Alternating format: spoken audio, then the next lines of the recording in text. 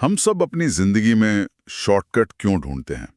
मतलब ये जानते हुए भी कि असली सफलता तो मेहनत से ही मिलती है, फिर भी हमारी नज़र वो एक जादुई तरकीब पर क्यों रहती है? आज हम इसी सवाल को ज़रा गहराई से समझेंगे और इसके लिए हमारे पास एक बहुत ही दिलचस्प कहानी है। ये कहानी सुधा मूर्ति की एक लोक कथा है, अ बॉटल ऑफ ड्यू। यानी ओस की एक बोतल। हाँ, कहानी रामनाथ की है, एक अमीर जमींदार का बेटा। विरासत में जमीन तो मिली, पर उसे खेती बाड़ी में कोई इंटरेस्ट नहीं था। उसका जुनून कुछ और ही था। बिल्कुल, एक ऐसी जादुई औषधि खोजना जो किसी भी चीज को सोने में बदल दे। और ये जुनून उसे बर्बाद कर रहा था। लेकिन ये कहानी सिर्फ मेहनत की जीत के बारे में नहीं है। आज हम देखेंगे कि कैसे एक बुद्धिमान ऋषि ने बिना कोई बहस किए किसी की सोच को बदलने के लिए मनोविज्ञान का इस्तेमाल किया। अच्छा, ये कहानी इस बारे में है कि कैसे सही प्रेरणा देकर किसी भी उबाऊ काम को एक रोमांचक मिशन में बदला जा सकता है। तो चलिए इसे समझते हैं। रामनाथ की हालत, जैसा आपने कहा, काफी खराब थी। वो अपना सारा पैसा, सारा समय इसी औषधि की तलाश में उड़ा रहा था। हाँ, और कई ठग उसे झूठे वादे करके लूट भी रहे थे। हाँ, और उसकी पत्नी मधुमती को डर था कि वो जल्द ही सड़क पर आ जाएंगे।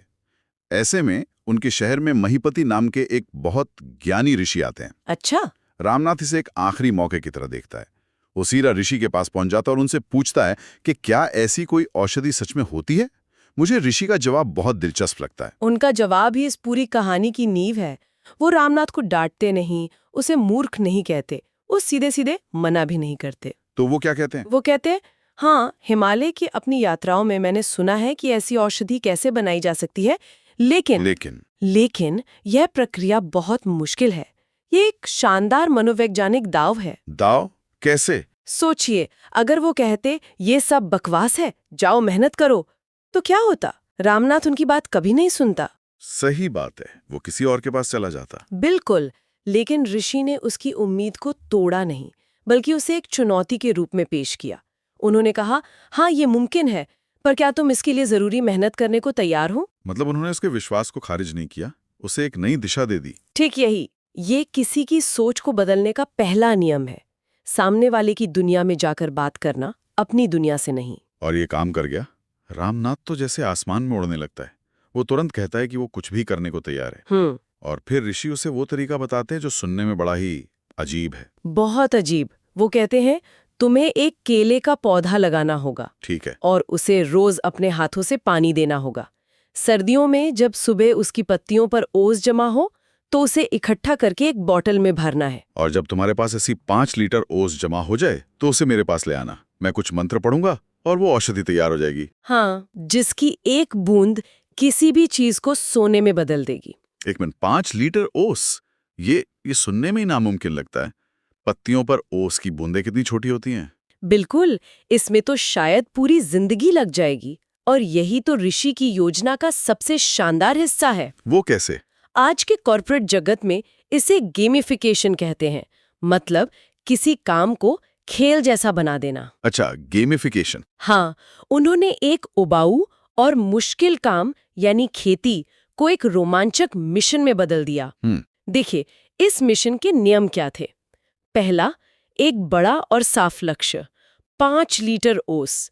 ये इतना बड़ा था कि इसमें सालों लगने थे, लेकिन ये नापने लायक था। सही है, वो हर रोज देख सकता था कि वो अपने लक्ष्य के कितने करीब पहुंचा है। बिल्कुल। दूसरा, स्पष्ट निर्देश, केले का पौधा लगाओ, खुद पानी दो, ओस इकट्ठा करो, कोई कंफ्यूजन नहीं। और तीसरा, सबसे बड़ा इनाम, एक जादुई औषधि। हाँ, जो किसी भी चीज को सोने में बदल देगी। सोने का लालच उसे रोज सुबह उठकर काम करने पर मजबूर कर रहा था। रामनाथ भी यही सोचता है कि इसमें तो सालों लग जाएंगे, लेकिन ऋषि उससे कहते हैं कि वो जितने चाहे उतने केले के पौधे लगा सकता है। ये एक छोटा सा इशारा था। शायद रामनाथ उस वक्त इसे समझ नहीं पाया, तो वो घर जाता है और अपनी सालों से बंजर पड़ी जमीन पर काम शुरू कर देता है। और यहीं पर कहानी में एक और किरदार की अहमियत सामने आती है, उसकी पत्नी मधुमती। जी हाँ, रामनाथ का पूरा ध्यान तो उस जादुई खेल पर था, मतलब ओस इकट्ठा करने पर। वो हर सुबह उठता, पौधों को पानी देता और अपनी पत्नी के साथ मिलकर पत्तियों से ओस की बूंदें इकट्ठा करता। लेकिन मधुमती जमीनी हकीकत देख रही थी। वो रामनाथ से ज्यादा व्यावहारिक थी। जब रामनाथ ओस की बूंदों में जादू देख रहा था, मधुमती को उन पौधों पर लगे केले के गुच्छे दिख रहे थे। अच्छा। वो उन केलों को बाजार ले जाती और अच्छे दाम पर बेच आती। ओह, तो एक तरफ रामनाथ का वो काल्पनिक खजाना भर रहा था और दूसरी तरफ मधुमती का असली खजाना जमा हो रहा था। बिल्कुल। और रामनाथ को इसका पता भी नहीं चला। कमाल है। उसका पूरा ध्यान तो खेल जीतने पर था। उससे और ज्यादा ओस चाहिए थी, इसलिए वो और ज्यादा केले के पौधे लगाता गया। एक पौधे से शुरू हुई बात हजारों पौधों के एक विशाल बागान में बदल गई। मतलब अनजाने में वो एक सफल किसान बन गया था। और व्यवसायी भी। जो काम वो कभी पैसे देकर भी नहीं करता, वो एक जादुई औषधि के लालच में सालों तक करता रहा। लेकिन यहाँ एक सवाल उठता है, क्या ऋषि का यह तरीका नैतिक रूप से सही था? मेरा मतलब है, उन्होंने रामनाथ से 6 साल तक एक झूठ बोला। ये एक बहुत महत्वपूर्ण सवाल है। नतीजा भले ही अच्छा निकला, पर क्या किसी को धोखा देना सही है? देखिए, इसका कोई सीधा जवाब नहीं है।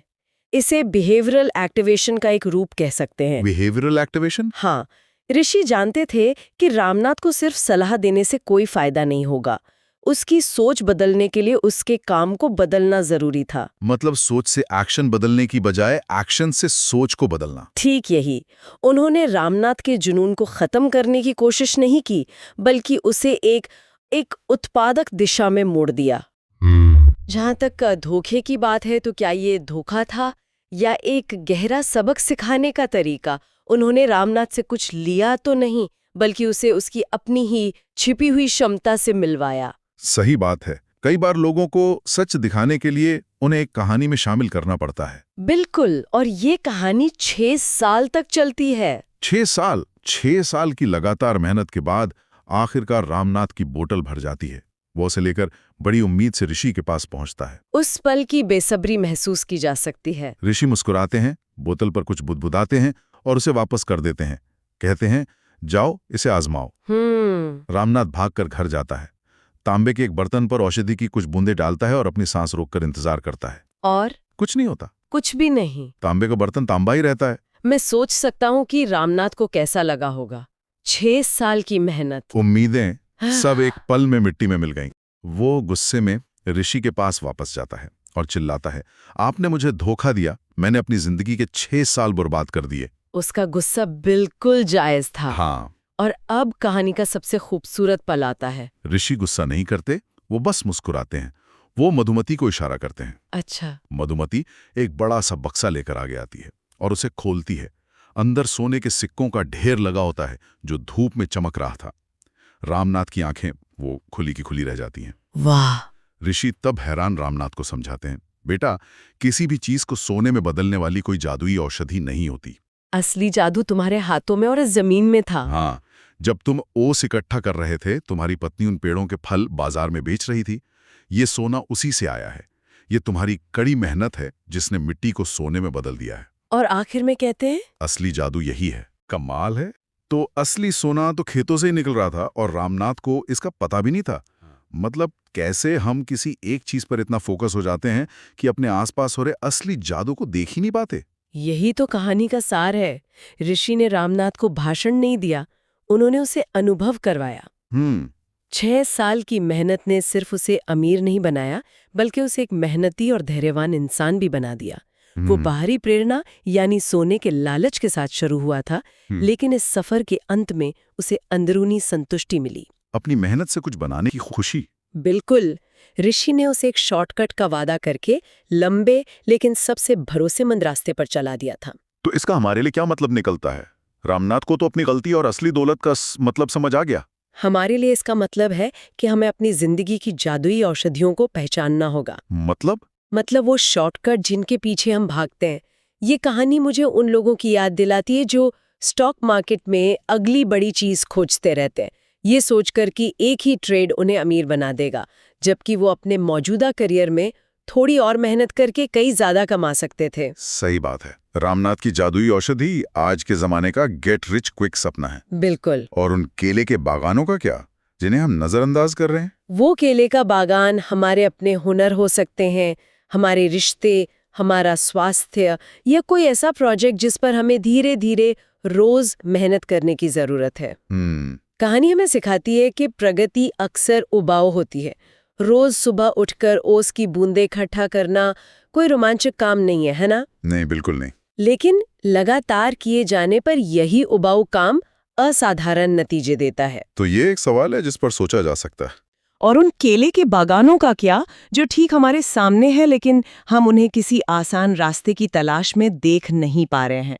क्या होगा अगर हम उतनी ही शिद्दत और लगन अपने सामने मौजूद असली काम में लगाएं? जितनी हम किसी काल्पनिक शॉर्टकट को खोजने में लगाते हैं, शायद हमें पता चलेगा कि असली जादू किसी बोतल में नहीं, बल्कि हमारे अपने रोज के प्रयासों में छिपा। Thank you for watching. Please like and subscribe to my channel.